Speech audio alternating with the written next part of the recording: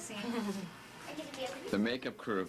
Yeah, really. We have to like take off all our clothes again for that, or Oh, what? yeah, really. Last time that's what we did, isn't it? Good evening. I get to be up there all night. Darn it. Okay, we're coming, we're coming. Well, Leslie, you could smile. Okay, there. That's matter, I can't see anyway. All I see is the bun. You're so tall. Okay. And we have some more going over here. When you do their lines. Oh, we're on video camera. I thought we were on still camera. I didn't know that. The very end. The hood that would. Like that. See how I do that? The hood that wouldn't. I'll just take that the hood that would cut out a little bit. So it doesn't have a sudden cut off. There, okay. The hood that better. And then the last part of that. The hood that better knows what's good Here's for it. what my Doesn't want to become the bottom of a bathing suit someday. Hey, Bip, Yes. which tooth is it that he works on? It, it's different every night. Cheek color? You want a cheek color? It's sort of like I don't pull by think I number. need No. We know. Respectful to the Reverend Mother here. Yes. How Oh. about courtesy for the cloth? With all that, Genuflected yet or anything? We heard Where's about the that. veil? The holy veil. Holy veil. Look at this. Yiddish nuns on the road. You are going to be fine. There's too much junk. Hey, John Lowry. Barely anything to eat. This one I have no breakfast.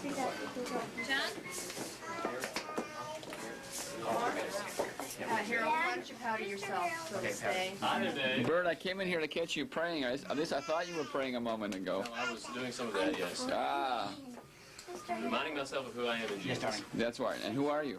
I'm Bert Williams. Ah, What? in Jesus. That's right. Haven't changed a bit. Only gotten better. Who are you during the rest of the week? See you later, Sean. Well, let's see. I'm the writer. Yeah. I'm a banker. And Baker. You're an auditioner. auditioner. And then here we have Harold, the man that always has the word. The word for today is borscht. If you want lunch, Spoon. And if you're hungry, Very, very slight. if you're hungry, Very, very, we can fix you up something good to eat like you've never had before in your life. We've got Ukrainian-style borscht. We've got cabbage soup, so thick that you have to push your way through the are cabbage you soup. going to want Do baby? you use a certain kind of spoon? only A wooden spoon. A wooden spoon. Only a wooden spoon. In the right hand, in the left hand, pound hot cornbread. Oh, that sounds good. And white hot bread and giblets. Oh, don't ever, did I say ever? Never, ever. Never ever forget the giblets. Yes, Or giblets. yes. Okay. Those come out of turkeys? Oh, they're so good. Turkey? Ooh, you may have something there. Or duck, maybe. A duck? Hey, I didn't think a duck. remind me to show you an imitation of a duck. Okay.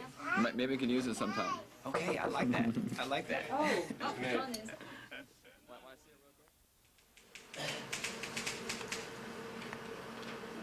Well, hi. Oh, please don't mind me. You're not bothering me. I'd much rather talk than work. But yet, here I sit day after day, haunted by one simple fact. I was right. This is my studio where I do my writing. Built it myself, actually. Cut the timber and fitted the logs.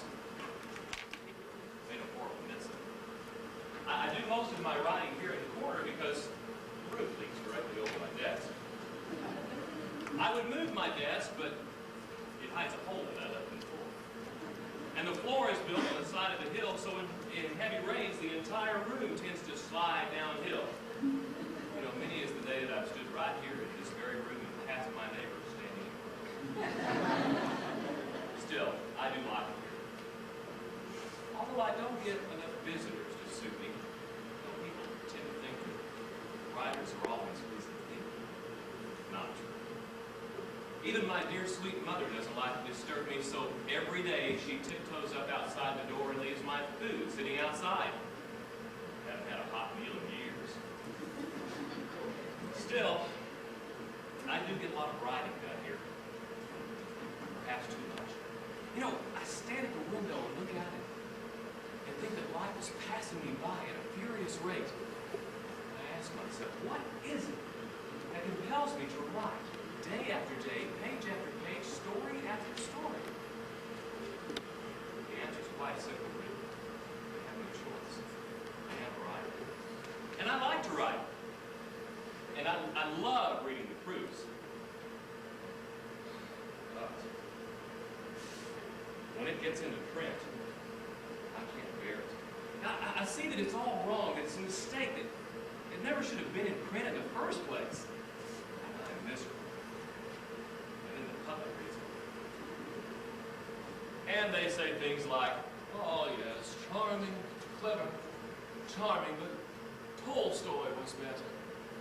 Or things like, yes, a fine work, but Turgenev's Fathers and Sons was better. And so it will be in my dying day.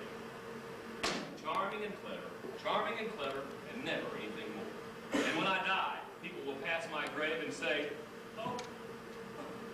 oh, here lies so-and-so, a wonderful writer. Turgenev was better. You know, sometimes I think that I will give it all up someday. What would I do instead?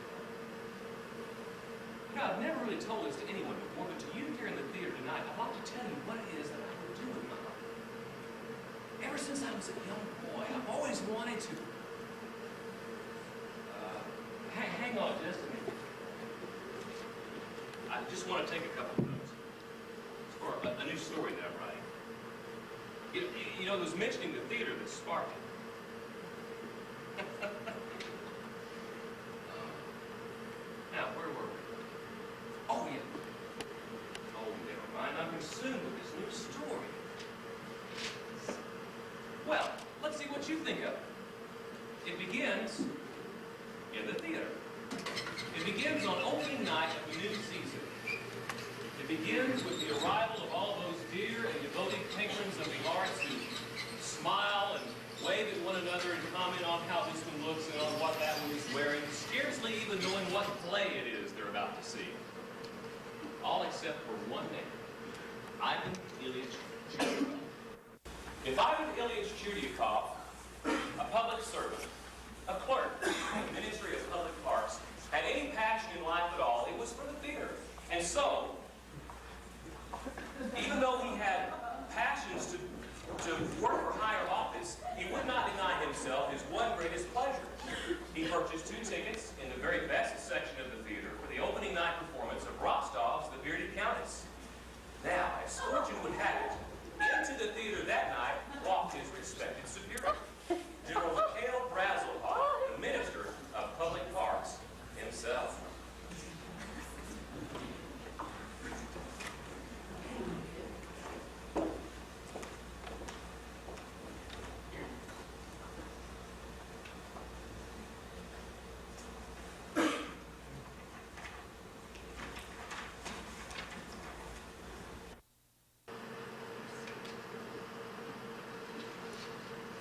Good evening, General. Yes, good evening. Permit me, sire. I am Chernikov, Ivan Ilyich. Oh, this is a great honor for me, sir. Well, yes, of course it is. Well, like yourself, dear General, I too serve the Ministry of Public Parks. That is to say, I serve you, who is indeed the General and Minister of Public Parks. I am the Assistant Chief Clerk in the Department of Trees and Bushes. Oh, very nice. Keep up the good work this year. Lovely trees and bushes, yes.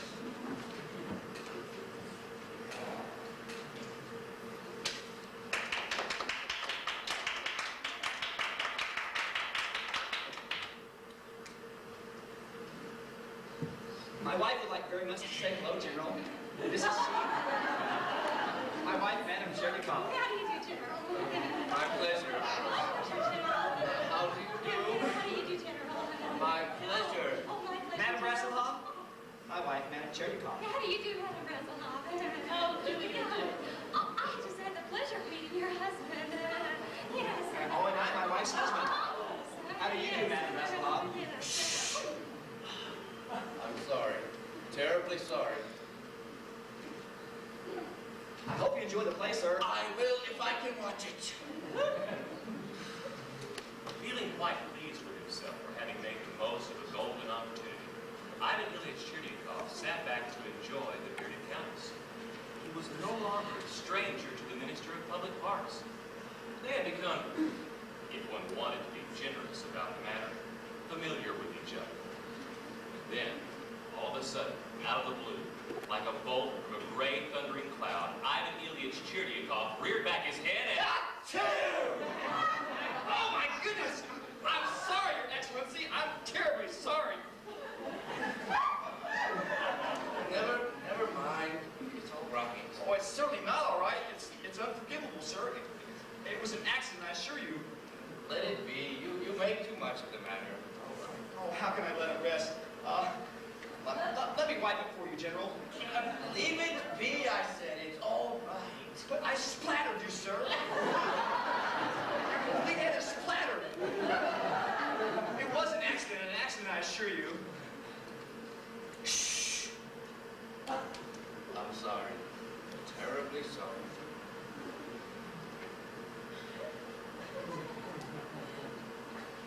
It came completely without warning. Shh. I'm sorry.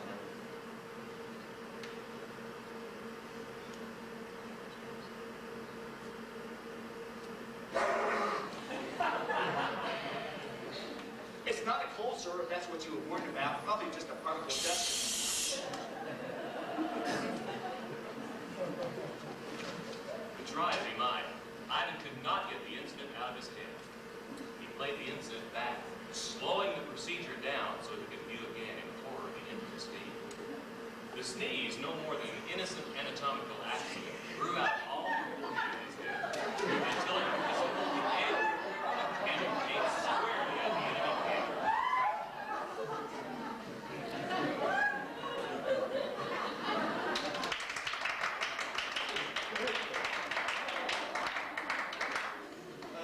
Charming, charming, simply charming.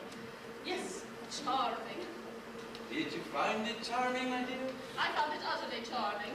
I was completely charmed by it. Excuse me, Excellency. One's tapping. Who's that tapping? Who's that tapping? Oh, I'm tapping, sir. I'm the tapper. Chiryakov. Stand back, dear. It's the sneezer. Oh, no. I'm all sneezed out. I was just concerned about you going out into the night air with a damp head. Hold that. It was a trifle. A mere faux pas. Forget it, young man. Did you find the play amusing?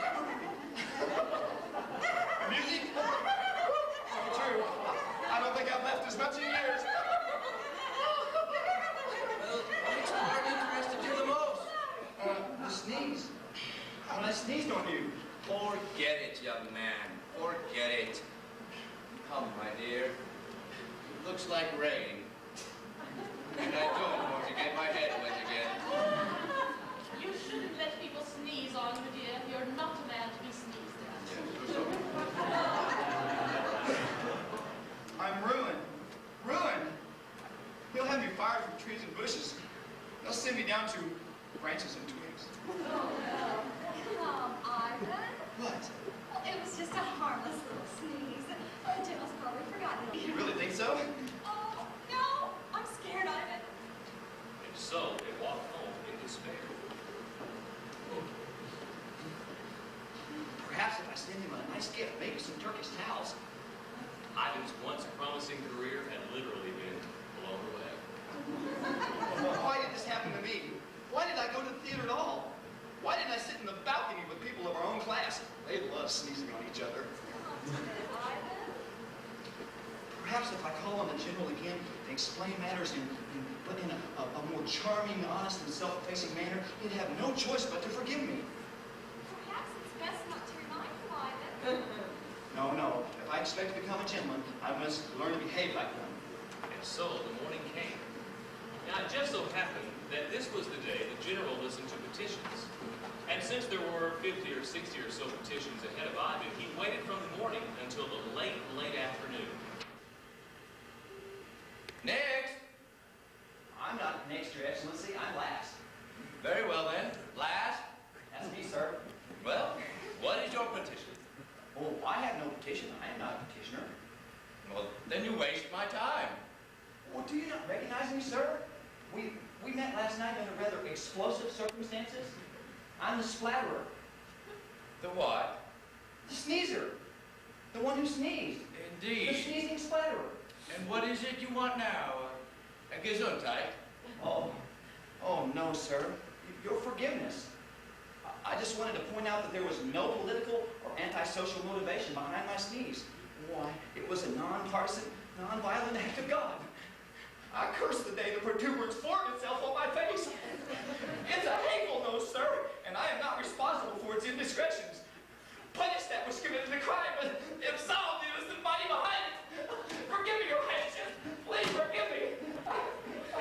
My dear young man, I am not angry with your nose, and I am far too busy to be bothered with your silly nasal problems. So I suggest you go home, take a hot bath, or a cold one, but take something, and don't bother me with this silly business again. Gibber, gibber, gibber. That's all I've heard all day. Gibber, gibber, gibber. Gibber, gibber, gibber. Oh, God bless you and your wife and your household. May your days be sweet and may your nights be better than your days. The feeling that came over Ivan was enormous. May the birds sing at your window in the morning and may the coffee in your cup be strong and hot. The weight of the burden that was lifted from his shoulders was inestimable. I worship the chair you sit on and the uniform you wear that sits on the chair I worship. Ivan walked home, singing and whistling like a lark. Life was truly a joy, a wonder, a heavenly paradise. Oh, heaven, I am happy! And yet, When he arrived home, he began to think. have I been the butt of a cruel and thoughtless joke? Had the minister been toying with him? If he had no intentions of punishing me, why did he torment me so unmercifully? If the sneeze meant so little to the minister, why did he deliberately cause Ivan to writhe in his bed? To twist and agony the entire night? Ivan was furious. I'm furious! He fussed and fumed and paced the night away. And in the morning, he called out to his wife, Sonia. Sonia! I have been humiliated! You, Ivan, but who would humiliate you? You're such a kind and generous person. Oh, who? I'll tell you who. General Brasselhoff, the Minister of Public Parks. Oh, the general? But what did he do? Oh, the swine. I was humiliated in such subtle fashion. It was almost indiscernible. Why, his cunning is equal only to his cruelty. Why, he practically forced me to come to his office to grovel and beg on my knees. I was reduced to a gibbering idiot. Oh, you were that reduced? I must go to him and tell him what I think of him. The lower classes must speak out. The world must be made safe so that men of all nations and creeds, regardless of color or religion, will be free to sneeze on their superiors. It is he who will be humiliated by I. And so in the morning, Ivan went to humiliate Eve. Last? Well? Well, you say? Do you not recognize me? Look at my face. Yes, you are quite correct. It is I once again. It is you once again. Who? Chernikov, I have returned, having taken neither a hot bath nor a cold one. Well, who let this filthy man in here? What is it? What is it? What is it, you ask? You sit there behind your desk and ask, what is it? You sit there in your lofty position as General and Minister of Public Parks, a member and high, standing among the upper class, and ask me, a lowly civil servant, what is it? What is it? You sit there with full knowledge that there is no equality in this life, that there are those of us who serve and those that are served. Those of us that obey and those that are obeyed. Those of us who bow and those that are bowed to. And yet certain events take place that cause some of us to be humiliated. And those that have caused that humiliation. And yet you ask, what is it? What is it? Don't just stand there gibbering like an idiot. Tell me what you want. I'll tell you what I want. I wanted to apologize again for last night. I wasn't sure I made it perfectly clear. It was an accident, I assure you. Out! Out, you fool! You idiot! Imbecile! I never want to see you again. If you ever cross my line of vision, I will have you exiled forever. What's your name?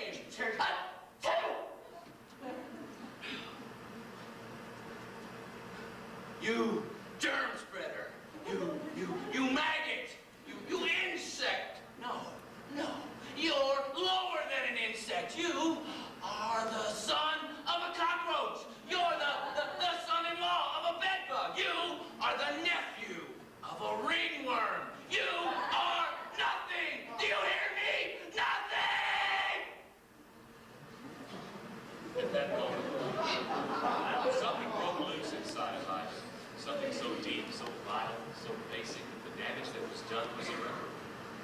Something drained from him that can only be described as the very life force itself. The matter was over. For once, for all, forever. What happened next was quite simple. Ivan returned home, took off his coat, lay down on the couch, and died.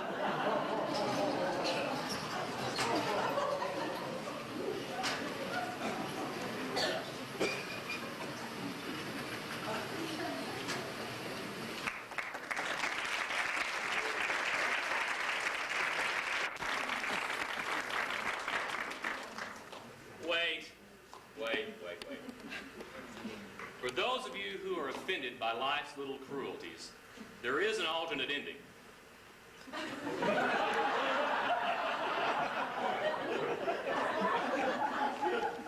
Ivan Ilyich Chirdyakov went home, took off his coat, lay down on the couch, and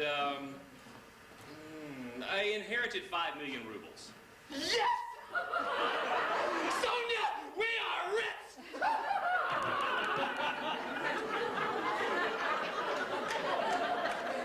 There's not much point in it, but it is uplifting. And I assure you, it is not my intention to paint life any harsher than it is. But some of us are indeed trapped. Witness the predicament of a young governess who cares for and educates the children of a well-to-do family.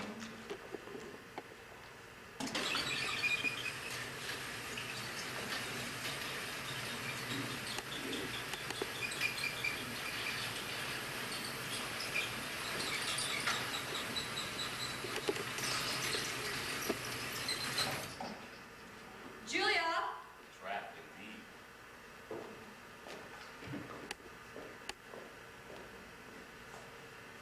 Julia! Yes, madame. Look at me, child. Pick your head up. I like to see your eyes when I speak to you. Yes, madame. And how are the children coming with their French lessons? They're very bright children, madame. Eyes up. They're bright, you say. Well, why not? And mathematics. They're doing well in mathematics, I assume. Oh, yes, madame. Especially Vanya. Certainly. I knew it. I excelled in mathematics. He gets that from his mother, wouldn't you say? Yes, madame. Head up. That's it. Don't be afraid of the eyes, my dear.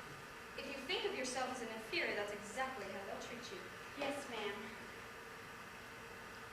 You're a quiet girl, aren't you? Now then, let's settle our accounts. I imagine you must need money, although you never asked me for it yourself. Let's see. We agreed on 30 rubles a month, did we not? 40, ma'am. No, 30. I made a note of it.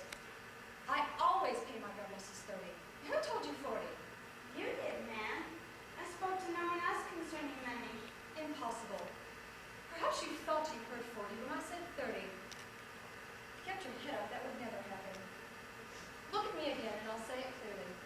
30 rubles a month. If you say so, ma'am. Good. 30 a month it is. Now then, you've been here 2 months exactly. 2 months and 5 days. No, 2 months exactly. I made a note of it. You should keep books the way I do, otherwise there wouldn't be these little discrepancies. So then, we have 2 months at 30 rubles a month comes to 60 rubles, correct? Yes, ma'am. Thank you, ma'am. Subtract 9 Sundays. We did agree to subtract Sundays, did we not? No, ma'am. Eyes.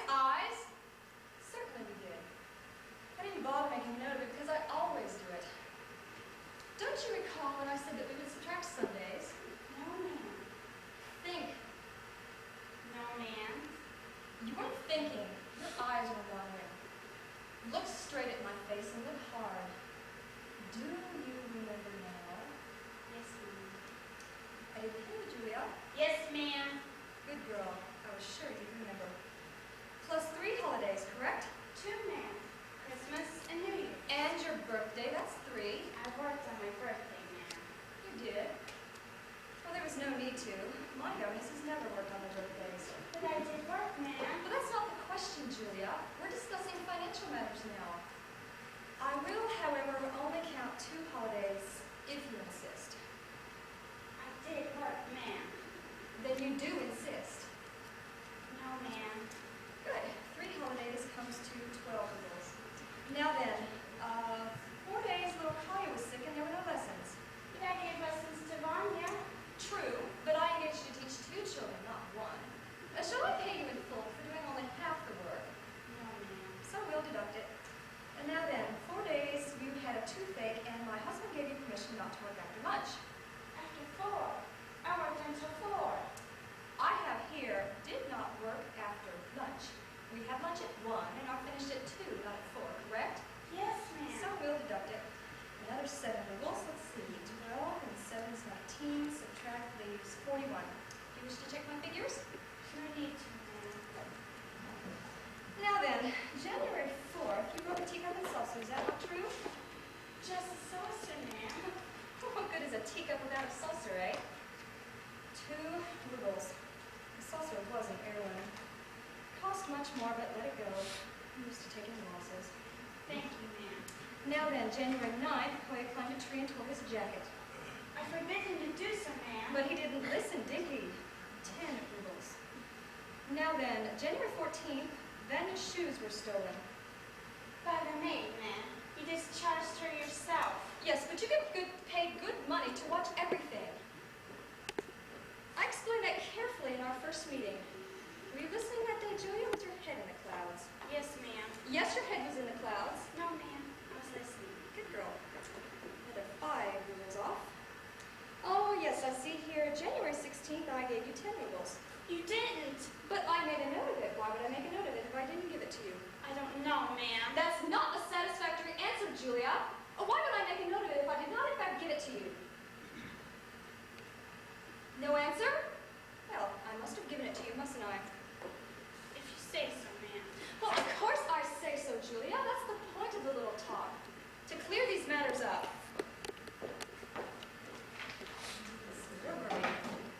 Highest. 27 from 41 leaves 14, correct? Yes, ma'am. What's this? Tears? Are you crying, Julia? Has something made you unhappy? Please tell me. I'm so sensitive to tears, it pains me to see this way. Only once since I've been here have I ever been given any money. And that was by your husband. On my birthday, he gave me 3 rubles. Really? I have no note of that here. I'll put it down now. Thank you for telling me. Sometimes I'm a little lax with my accounts. Well, there we are, dear. Your salary for 2 months. 11 rubles. Here you are. Count it.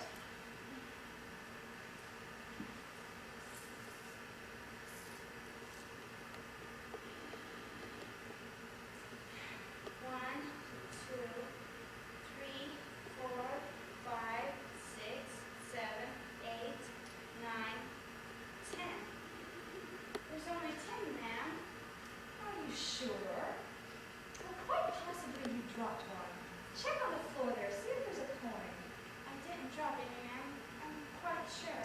Well, doesn't seem to be here on the desk, and I know I gave you 11.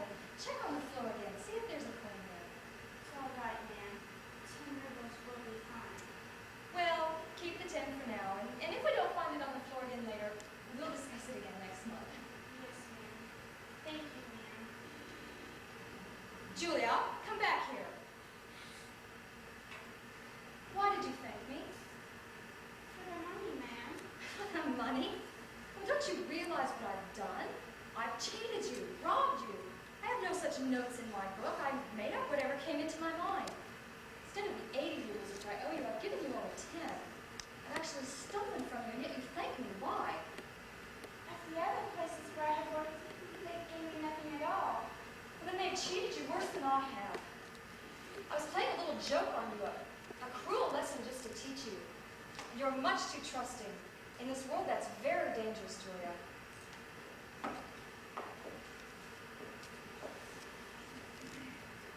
I'm going to give you the rest of the 80 rubles. It's all ready for you, Miss Lundberg. Take it. As you wish, ma'am. Julia, is it possible to be so spineless? you speak up? Why don't you protest? Why don't you cry out against this cruel and unjust treatment? Is it really possible to be so guileless, such an innocent, well, pardon me for being so blunt, such a simpleton? Yes, ma'am. It's possible.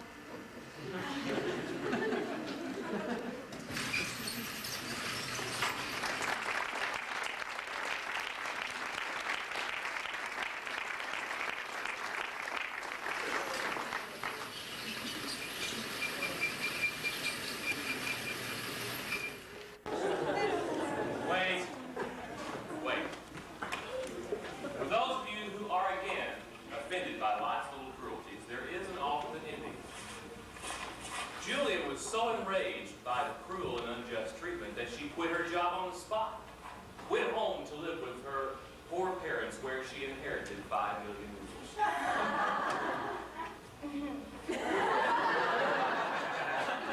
Julia!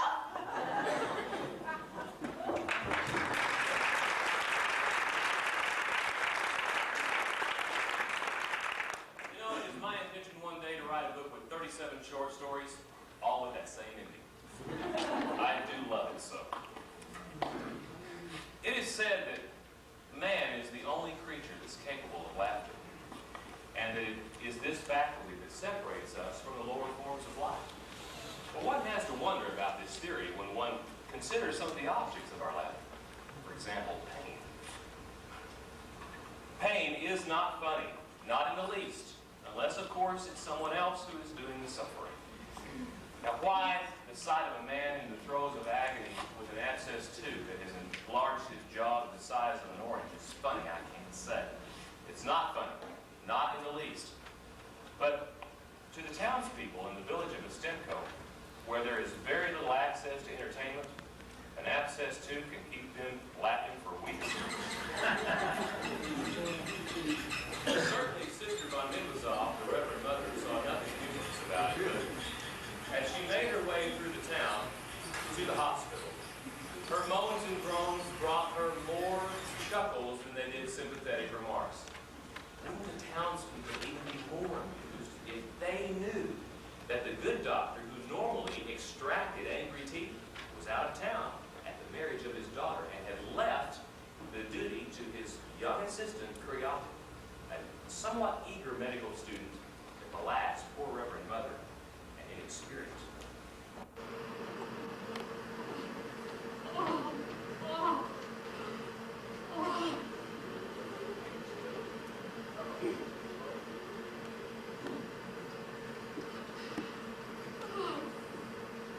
Oh, greetings, Reverend Mother. And what brings you here today? Oh, the pain.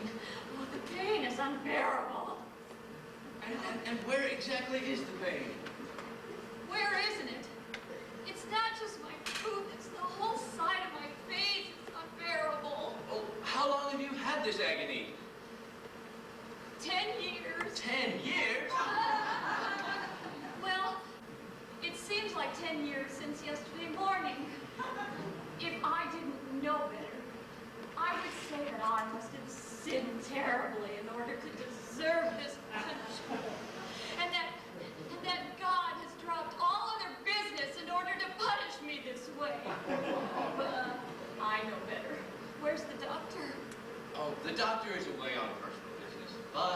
But he left the care of his patients in my young, capable hands. But are you a doctor? Oh, in every way, except a degree.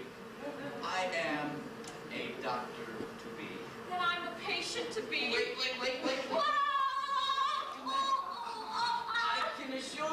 I can assure you, the only thing that prevents me from being called doctor is the mere formality of an examination.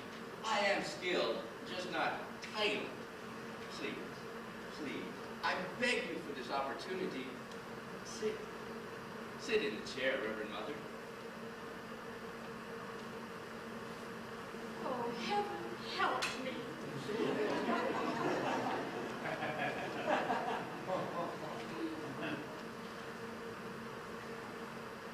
Oh, even sitting hurts. Well, no doubt the nerves are in inflamed.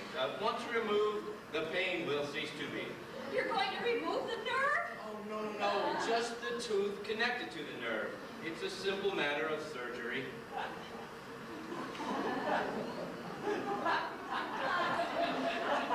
Now then, let's take a look. Oh, you're Brad.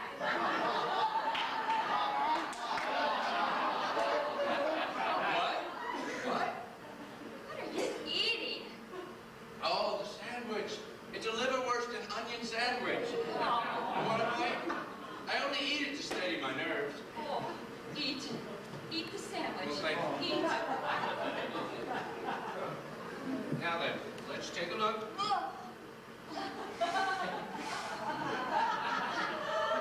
I pray for you. I pray that you would be merciful and be gentle and spare me pain. My dear Reverend Mother, we are living in the age of advanced science. You are in skilled hands. There is no longer need for pain. If it's gentleness you want, it's gentleness you'll have. Now, are you ready? Good. Then, open your mouth so I can examine you. Come, Reverend Mother. Inexperienced as I am, I do know it's essential that you open your mouth first. Come, it's mandatory for all work concerning the mouth, for the mouth to be open. It would be highly impractical for me to pull your tooth from the outside, now wouldn't it? Come, Reverend Mother, open up. Not just the lips, the entire mouth. I don't want to brush your teeth, I want to examine them. Will you be gentle? Oh, didn't I promise you I would? As a child, I was promised many things I never got. My dear Reverend Mother, there's no pain connected to this part. This part is merely an examination to find out what must be done, where, and how. No! Good. Oh, yes, there it is. There's the into the mouth. Stop talking to it. You don't have to make friends with it, just pull it out. Let's take a better look here, see what we have here.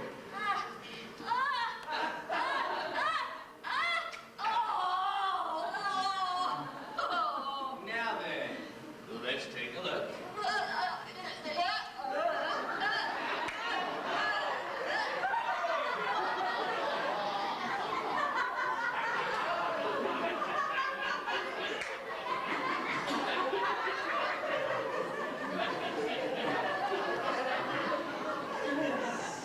What is it? It's even disgusting to look at. Your tooth has a hole in it big enough to drive a horse and carriage through. But if this is going to be my profession, I have to get used to these things. Now then, I'm going to try something. Be gentle. As though I were your own mother. My mother didn't like me. Gentler. I need to see how exposed that nerve is. So all I'm going to do is gently blow on your tooth. All right? Excuse me.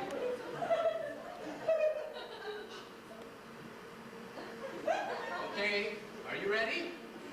Open up. I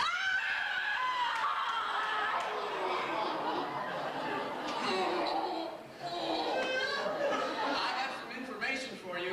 That nerve is exposed. Is that how far science has advanced? Blowing on teeth? Well, a lot more work has to be done in that field. It's still inconclusive. So much of it depends on the temperature of the doctor's breath.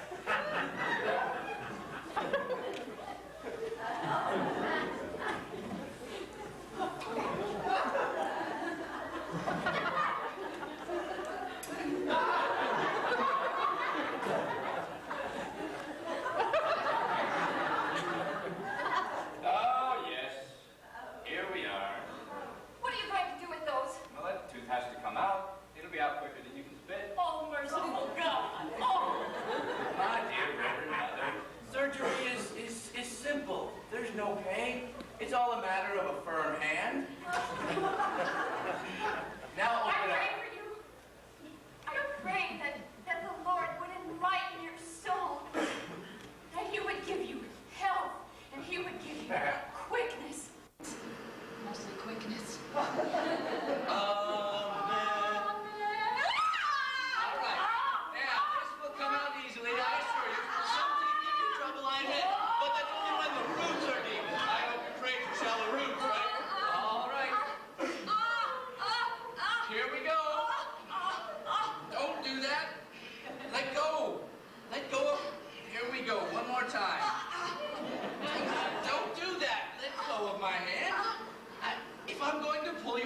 I need my hand. Are you going to let go of my hand? If you don't let go of my hand, I'm going to take these pliers and pull your fingers off.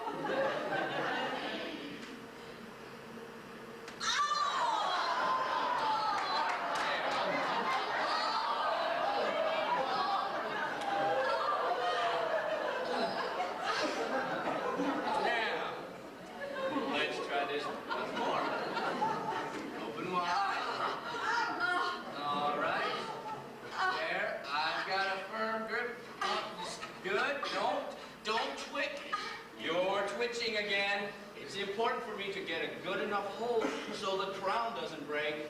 One more time. All right, here goes. I've got a firm grip on that little monster now.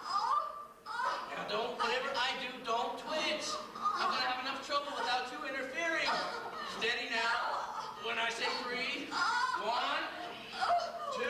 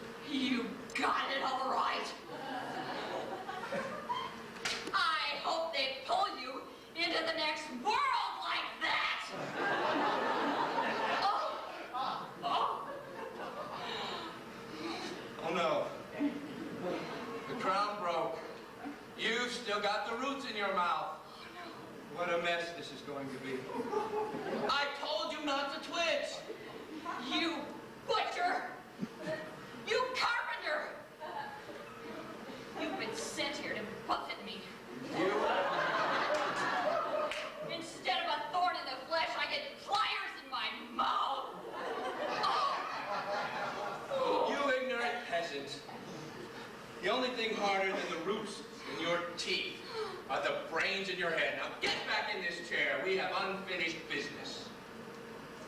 Oh no. Oh no. Oh no. You keep away from me. You put your fingers in my mouth. It'll be the first solid food I've had all week.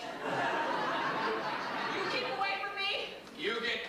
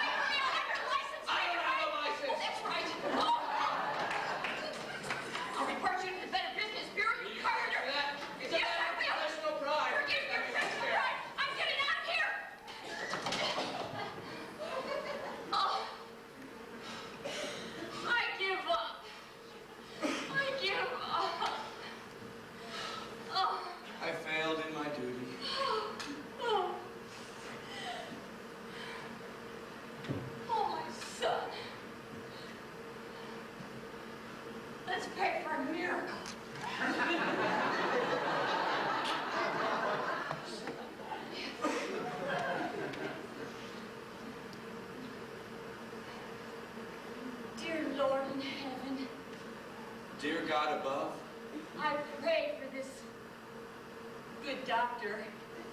I pray for this poor creature. Keep his hand steady. Keep her mouth open. Don't let him falter. Don't let her bite me.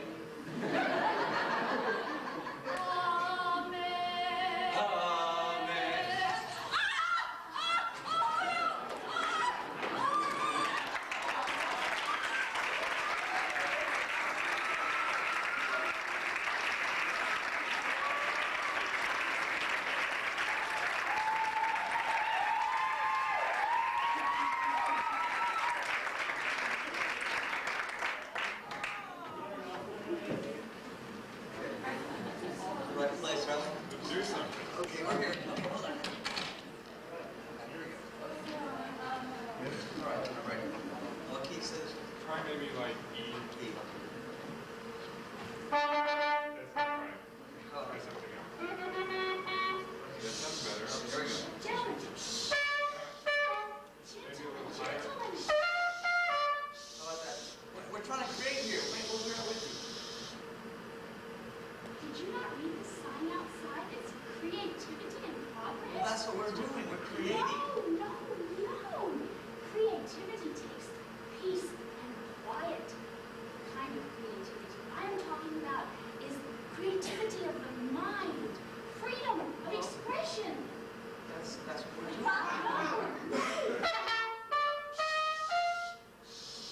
We're being creative. No, I said creativity of the mind, freedom to express your emotions on paper, writing. That kind of creativity, gentlemen, takes peace and quiet. Oh, Now, Now look what you did. look what you Look made what you me did. do. That's peace and quiet, all right. It's all over the It's floor. all your fault. Well, listen, while you're picking that stuff up, why don't you pass me one? There's numbers on there. There's numbers on there. Yes, So, well- there are numbers on here. You see all these people out there? I gave each one of them a ticket when they came in with a number corresponding to all these numbers that you And now, and they're all mixed And up. they're like, oh, Okay, wait, so give me one, and that way we'll get started here. That was creative. all right. Remember your what? We're in a hurry here. People are waiting. Now, when I draw this number, if you have it, come on up here. We have a special gift for you. 100. And now for the grand prize again. don't This is even. for a date with Mark DeLuca.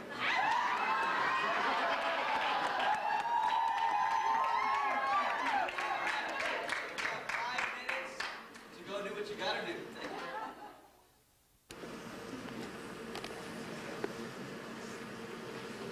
Next actress, please.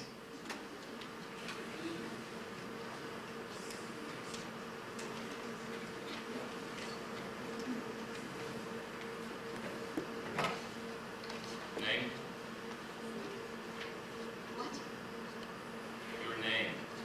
Oh, Nina. Nina. Is that it? Just Nina? Yes, sir. No, sir. It's Nina Mikhailovna Zelenchnaia. Age? My age? Yes, please. That means how old are you? Yes, sir. How old are you looking for? Couldn't you just answer the question simply, please? Yes, sir. But I want you to know that I can be any age that you're looking for. I can be 16 or I can be 30. When I was in high school, I played the part of a 78-year-old woman with rheumatism. Everybody told me I was very, very believable. There was even a 79-year-old rheumatic over there, and she told me that herself. Yes. But I'm not looking for a 78-year-old romantic woman. I'm looking for a 22-year-old girl. Now, how old are you? 22, sir.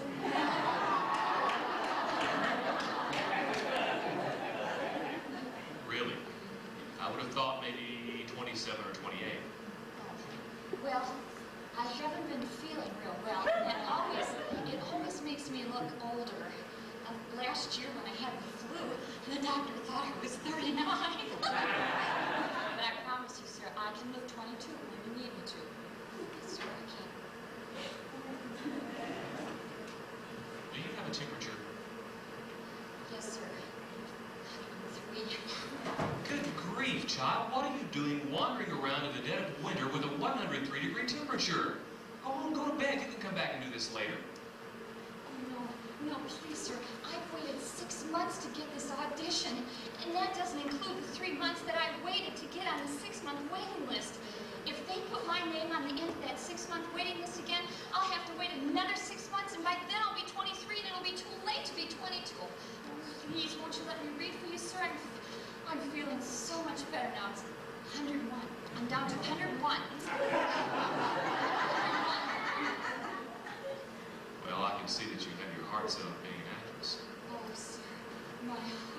my soul, my very being, the bones in my body, the blood in my veins, my very... Yes, we've had enough of your medical history.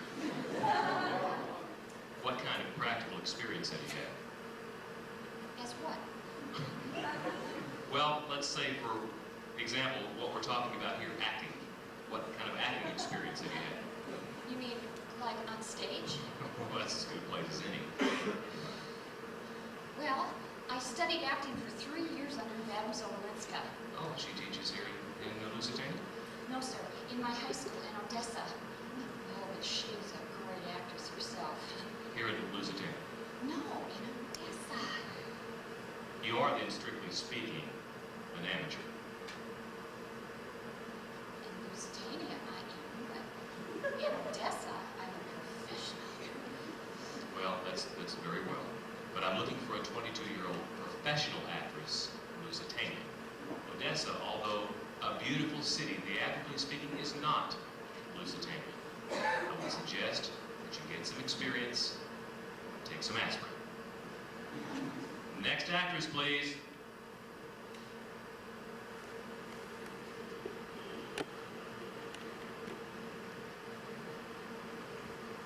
Sir, please, won't you let me read for you just this one time? I have traveled 4 days to get here. I have walked all the way from Odessa. Please, sir, just this one time, won't you let me read for you?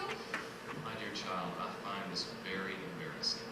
Please, sir, if I may be so bold, I think you are one of the greatest living authors. Really? That's very kind of you.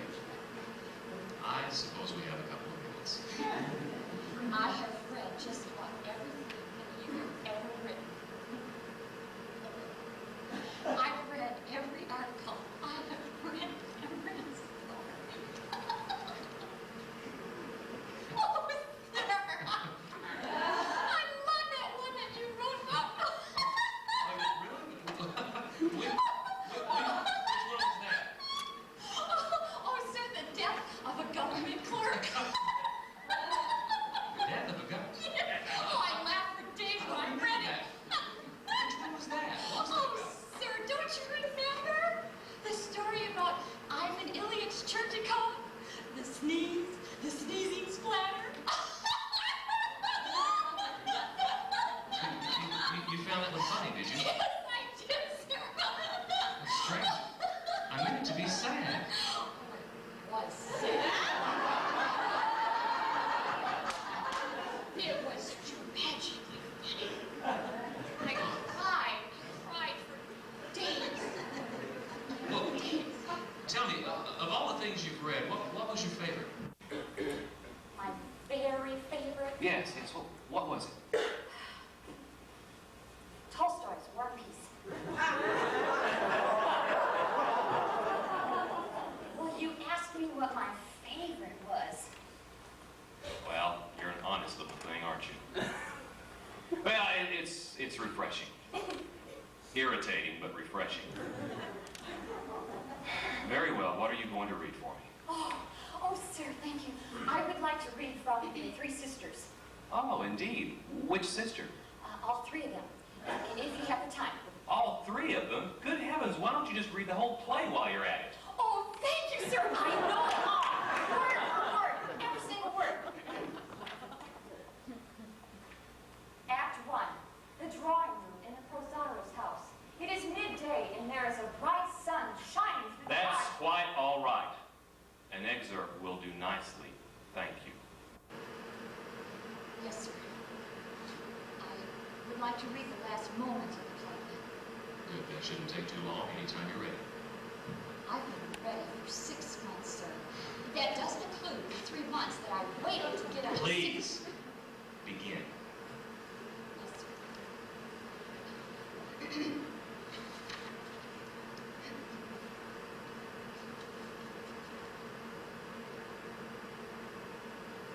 Sir, Yes.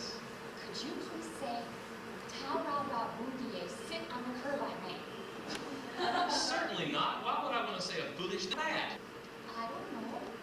You wrote it. Shabutkin, he says it at the end of the play, remember? Oh, please, sir. It would help me greatly if you could just read that one line. I've traveled 4 days to get here, and I've Very walked well. all the way from... Very well. Are you ready? Yes, sir. Ta-ra-ra, Lumiere. Sit on the curb, my man. And Masha says, oh, listen. Listen to that music. They are leaving us. One has gone for good. Whatever. We are left alone to begin our lives over again. We must work.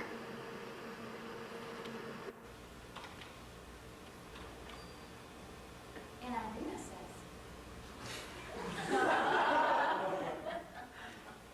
the time will come when we shall know what all this is for. Why there is all this suffering. And there will be no mysteries. But in the meantime, we must live and we must work, only work. Tomorrow, I shall go alone to the school. I will give my whole life to those who need it. Teach. It is autumn now, and soon winter it will come and cover everything with snow. I shall go on working.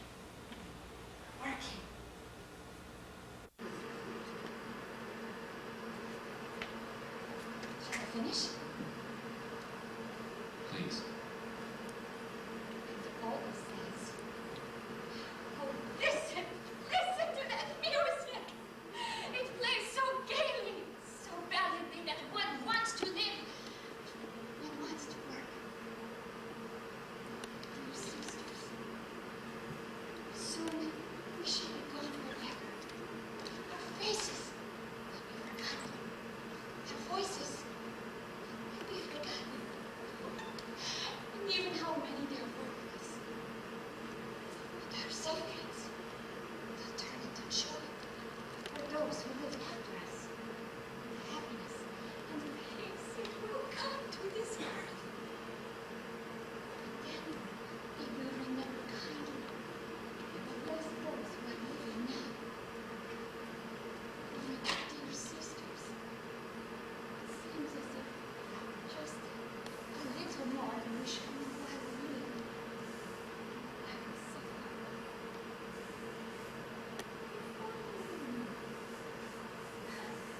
If only we knew.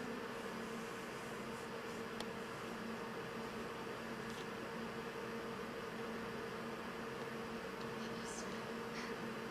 That's all I wanted. You've made me very happy, sir. Thank you.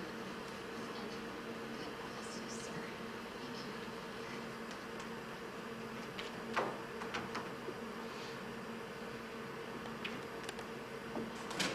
Will someone go and get her before she walks all the way back to Odessa?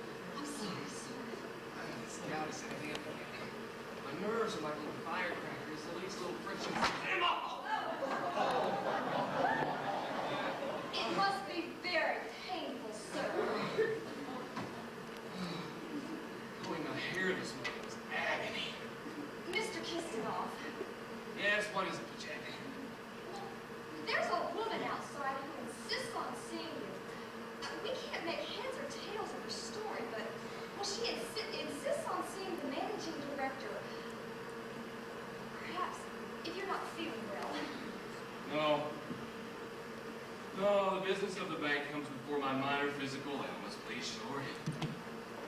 Quietly.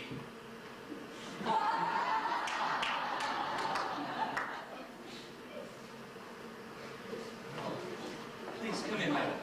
Forgive me for not standing. I'm somewhat incapacitated. Please, please have a seat. Thank you.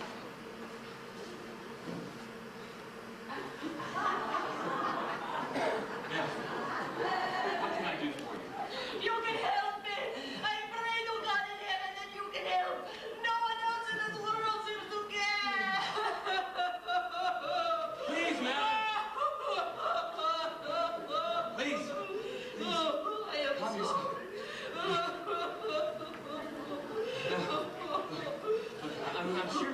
I'm sure that we can solve this sensibly if we approach the matter calmly and quietly. Now, what can I do? What's the problem? It's my dad. He's been sick now for 5 months. 5 agonizing months. Well, I know the horrors of physical illness, madam, and can sympathize with what's the nature of his illness. Well, it's a nervous disorder. If you so much as touch him, he screams out.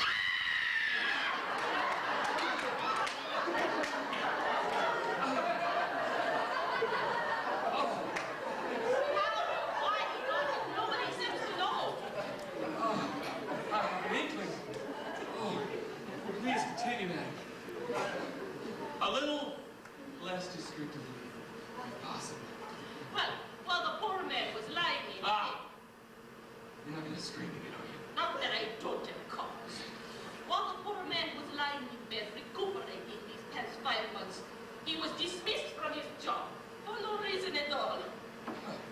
That's a pity, madam, certainly, but I fail to see what that has to do with our life. You don't know how I suffered during his illness. I nursed him from morning till night, doctored him from night till morning, besides cleaning my house, feeding my children, taking care of my cat, my dog, my goat, my sister's bird who is sick. No, my sister. My sister. She gets dizzy spells. She's been dizzy a month now, and she's getting dizzier every day. Extraordinary, however. I had to take care of her children, and her house, and her dog, and her goat, and her bird, and then her bird will beat one of my children, and so my cat ate the bird. And then my eldest daughter, the one with a broken arm, drowned my sister's cat. And now my sister wants my goat in exchange. She says she's going to drown my cat or break my eldest daughter's other arm. Well, you certainly still don't quite see what that has to do with us. When I went to pick up my husband's pay, they had deducted 24 rubles and 36 kopecks. But what? For what, I asked? Because, he said, he had borrowed from the employees' fund. But that's impossible. My husband would never borrow without my approval. I'd break his arm. Not while he was sick, of course. I don't have the strength myself. I have this racking cough. It's a terrible thing.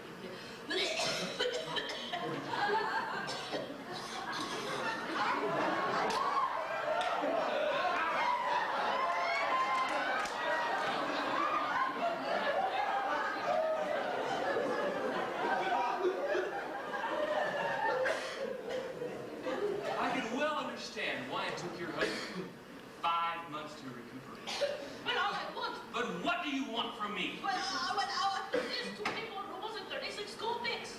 They won't give it to me because I am a woman, weak and defenseless. Some of them have even laughed at my mister. Laughed. Why was the humor, I ask you, in a weak and defenseless creature like myself? None! I see none at all. However, I don't want you to seem unkind, madam. But you've simply come to the wrong place. Your petition, no matter how justified, has nothing to do with us. You'll simply have to go back to the agency where your husband was employed. What do you mean? I've been to 5 agencies already. None of them will even listen to me. I'm about to lose my mind. The head is coming out of my head. My neck is... No, don't tell me to go to another agency.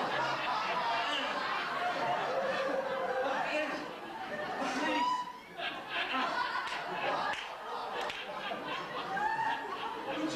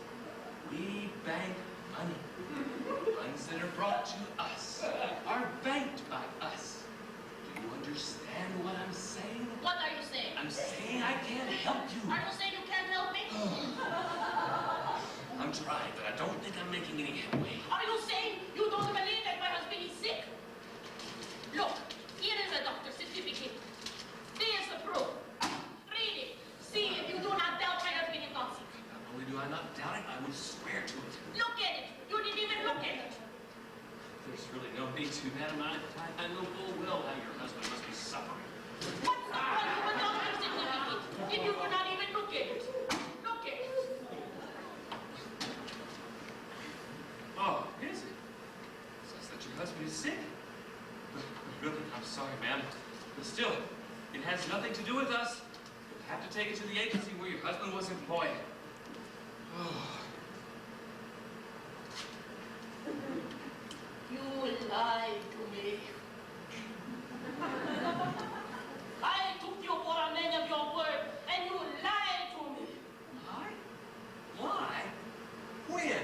When you said you read the doctor's certificate, you couldn't have read the description of my husband's illness without realizing he was fired unjustly. Don't take advantage of me just because I am a woman, weak and defenseless. Do me the simple courtesy of reading the doctor's certificate. Read it, and then I'll go. But I read it. What's the sense in reading something twice when I've already read it once? You didn't read carefully. I read it in detail. You read it too fast. Read it slower. I don't have to read it, or I'm a fast reader. Maybe you didn't absorb it and sink in this time. I read it. I absorbed it. It sank in. I could pass a test for what's written here, but it really doesn't matter because it has nothing to do with our bank. Did you read the part when it says my husband is suffering from nervous disorder? Read that part and see if I am not. Huh? That part? That part. Oh, yes. Well, it says your husband is suffering from a nervous disorder. My, how terrible. But it doesn't have anything to do with our bank. I can't help you, so please go!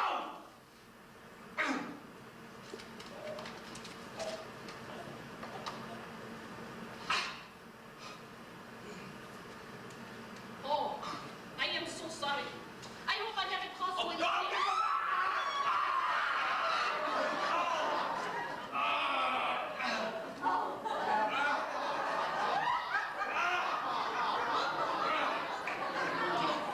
Can't you get this through your balding skull? If you would just realize that to come in here with a claim like this is as ridiculous as trying to get a haircut in a butcher shop. You can't get haircut in butcher shop. You go to butcher shop to get haircut. Are you laughing at me? I'm lucky I'm breathing. But Jacket!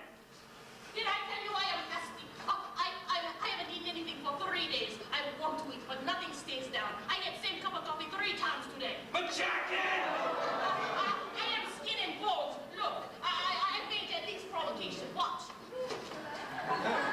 Did you see? 8 times a day that happens to me. Huh? What is it, Mr. Kisenoff? What's wrong? Get her out of here! Who let her into my office? Well, you did. I asked you and you said show her in. I thought you meant a human being, not a crazy woman with a doctor's certificate. Ow! He wouldn't even read it. I gave it to him. He looked back at my face. You look like that person. You read it and see if my husband is not sick. Oh, But I read it, man, already twice. Me too. I have to read it twice too. Yeah, you showed it to me outside. We all read it, even the doorman. no, you just looked at it. You didn't read it. Don't argue with her, Jacket. Read it, for heaven's sakes, read it so we can get her out of here. Well, yes. It says that your husband is sick and suffering from a nervous... Now, will you please leave, man, or I'll have to get someone to remove you. Yes. Yes. Get someone to remove her. Get the doorman and to the garden. But be careful. She's as strong as an ox. If you touch me, I'll scream so loud that hear it all over the city. No one will come to a bank with a big, weak, defenseless woman. Well, I think I'm going to faint. Defenseless? You are as weak as a charging rhinoceros. Here's the business as the king of the jungle. You are a plague, madam. A plague that wipes out all that crosses its path. You're a raging river that washes away stately homes and bridges. You're a wind, madam, that blows trees over mountains. It is women like you that drive men like me to the condition of husbands like yours. Are you saying you're not going to help me? Beat her, but Jack, and knock her down, or we'll never get her out of here. You hear how he would have you beat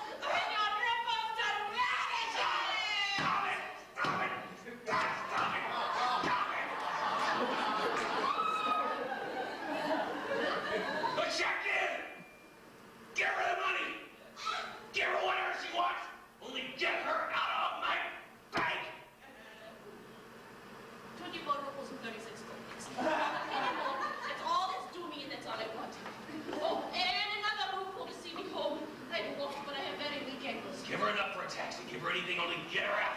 Oh, God bless you, sir. You are a kind man. I don't know, sir.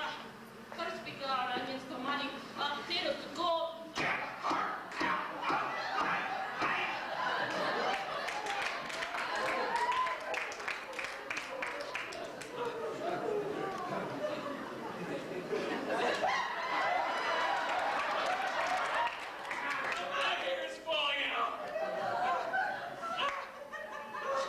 Excuse me, sir. I need a letter of recommendation so my husband can get another job. But don't trouble yourself about it today, sir. I'll be back in the morning. God bless you.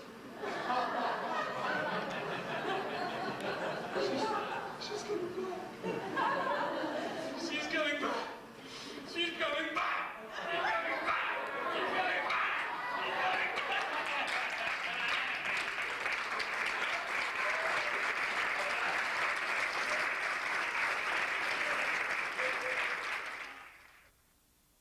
Small park which is seldom crowded. Here and there, a couple of young lovers strolling. A young mother teaching her child to take his first brave steps. And the inevitable failures cushioned on the soft green grass. A dog owner throws a stick for his faithful friend to catch, which he does faithfully and interminably.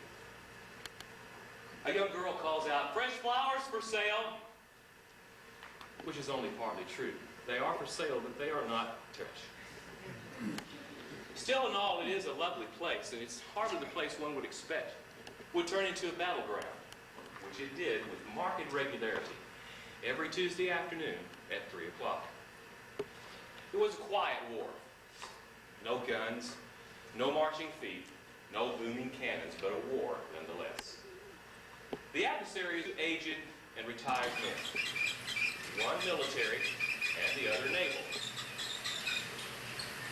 They had served their country long and with distinction. And now, in the twilight of their years, still felt the flickering sparks igniting their passions, if alas, no fire was ever started. They debated about everything under the sun: politics, literature, women. They never seemed to run out of things to disagree about, and they never agreed on anything, except that they would meet every Tuesday afternoon at 3 o'clock on this very bench for the purpose of continuing their disagreements. We are fortunate. It is Tuesday, and the time you have just heard. Now, I'd best be moving because this is the battlefield, and I would hate to get caught in the crossfire. I will watch from a safe distance. There, near the cheerleading swings, approaching from the east, is the Army. From the west, the Navy. If I had a drum, I would roll it.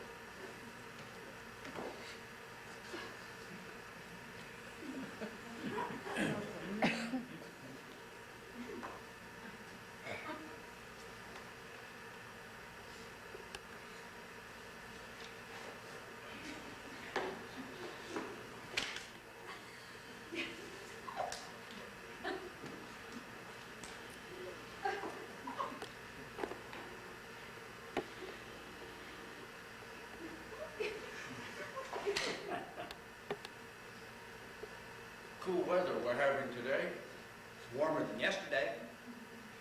They say it's going to rain. Here comes the sun. It's coming. So, it's your turn. Pick a subject. I've got one. A good one? In my opinion, All right. What's the subject? lunch. Lunch.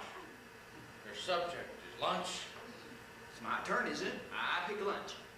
Not much of a subject, in my opinion. Does that mean you concede? I concede nothing. I merely stated it's a poor subject. But I accept the challenge.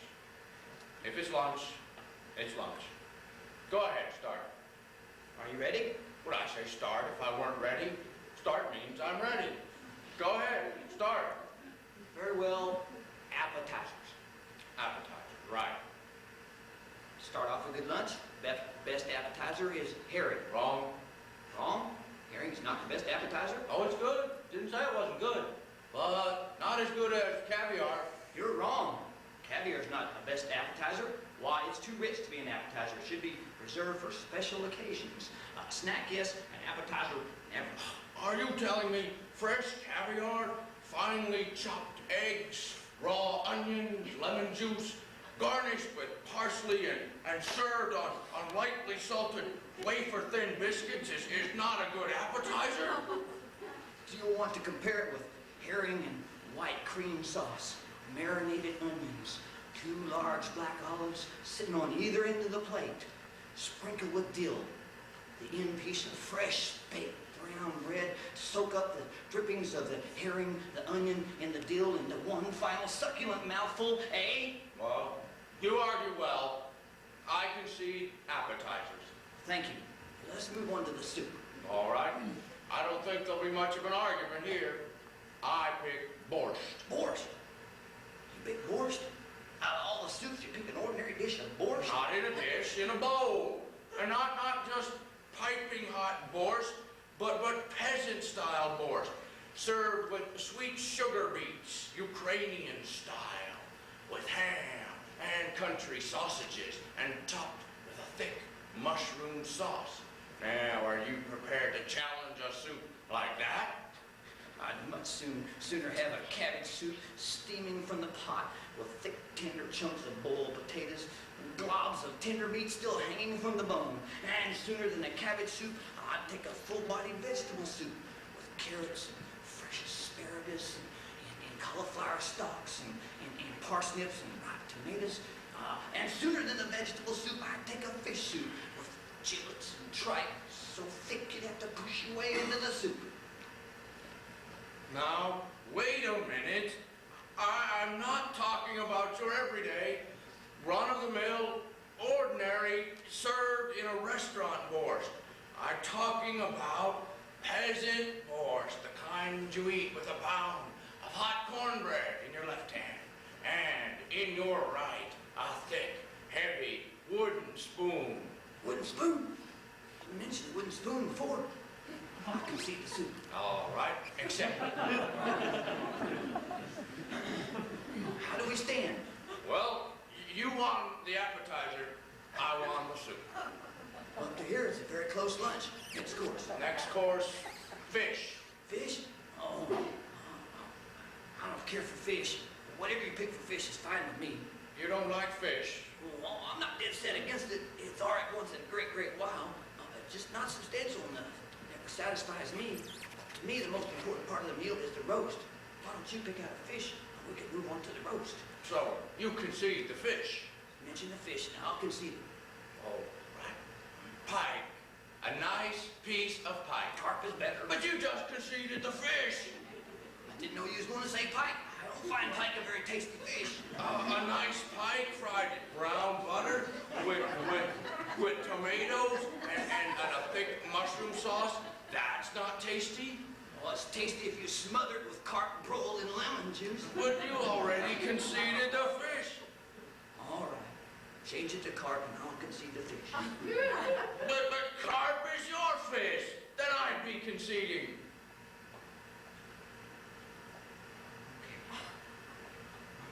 Well, let's move on to the dessert. Will you drop pike if I choose another fish? That's fair enough. What do you change it to? Brook trout broiled with sliced olives. Poached salmon with hollandaise sauce. But I thought you didn't like fish. You're purposely doing this. You accuse me of being false in my taste. You annoy me. I annoy no one. I call for a stalemate on the fish. So soon? I give up. There's so few fish that I like. Very well then.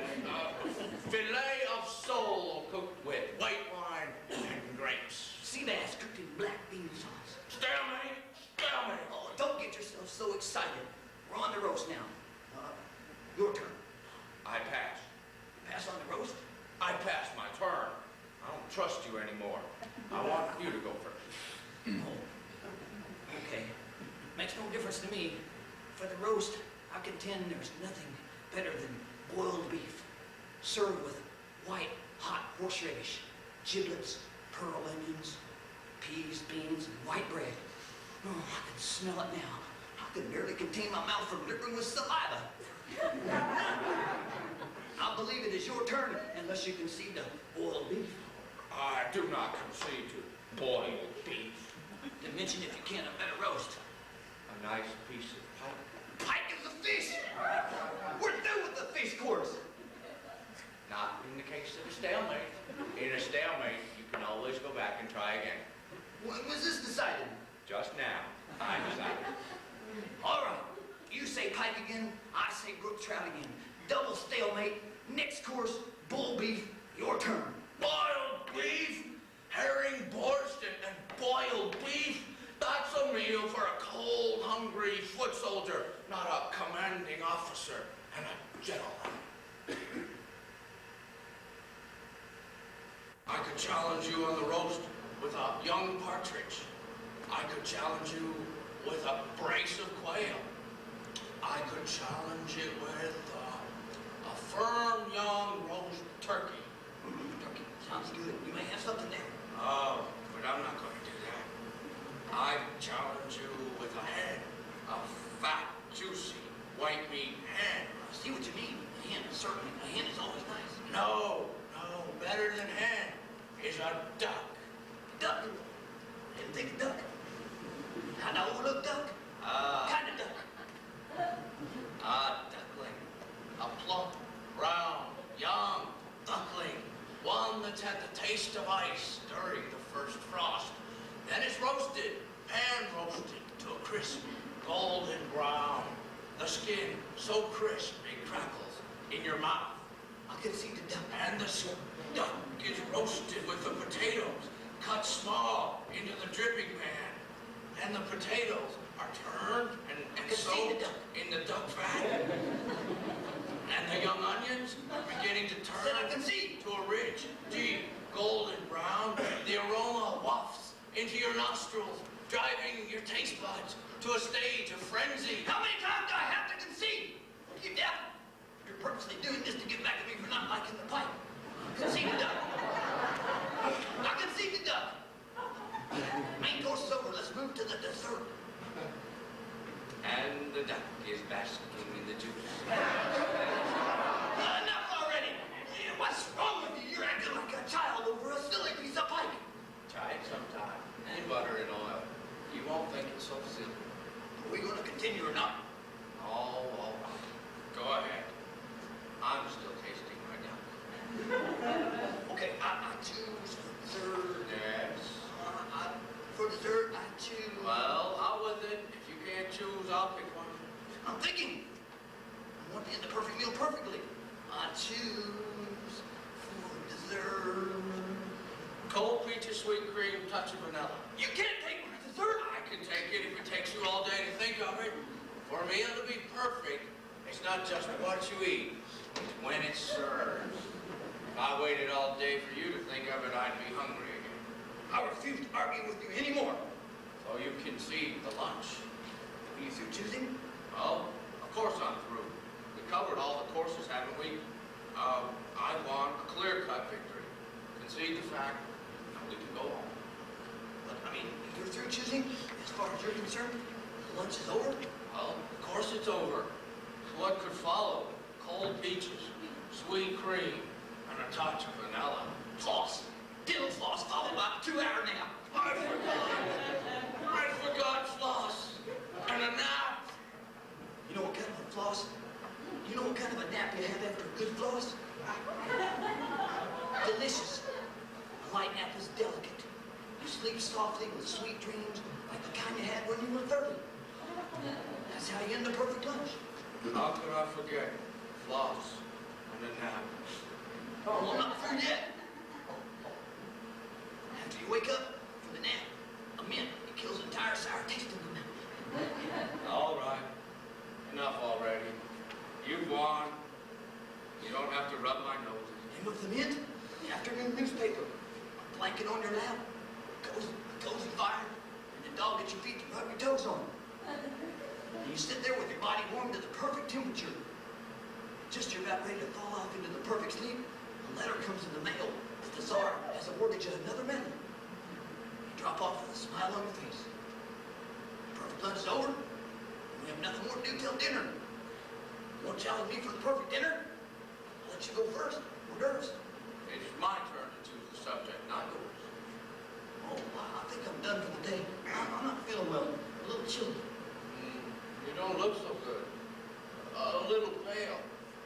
Maybe you should see a doctor. Yeah, maybe you're right. I should drop in on Dr. Zabritsky. Zabritsky? That butcher? He knows as much about doctoring as my 3-year-old granddaughter. You mean to tell me you know a better doctor in Lower Lusitania than Zabritsky?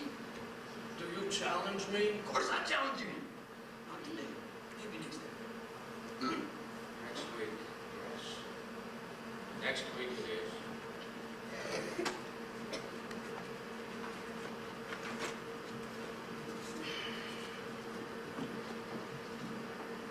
You're right. It is getting a little chilly.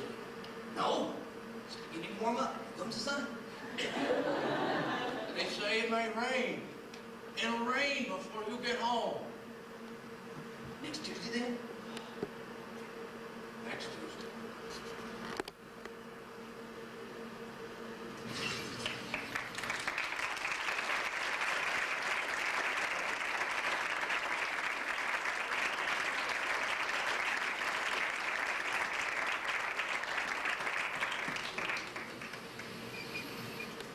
I hope that portrait of my grandfather was came across with some affection. I did love him so. And yet with them, as with all of the characters that I've shared with you tonight, I feel a sense of betrayal. When I put down my pen at the end of the day, I can't help but feel that I'm robbed, my friends, of their precious life. And what torments me even more is that I have a wonderful time around. Now, what was it we were talking about earlier? Before the story of PeriodCon.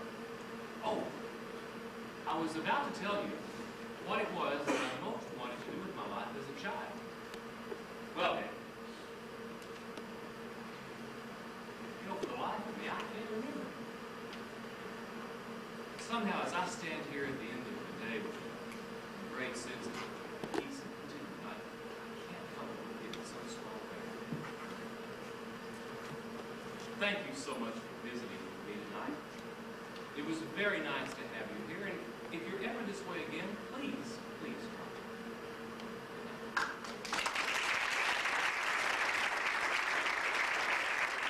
Wait. There is an alternate ending. If ever you pass this way again, I hope you inherit 5 million.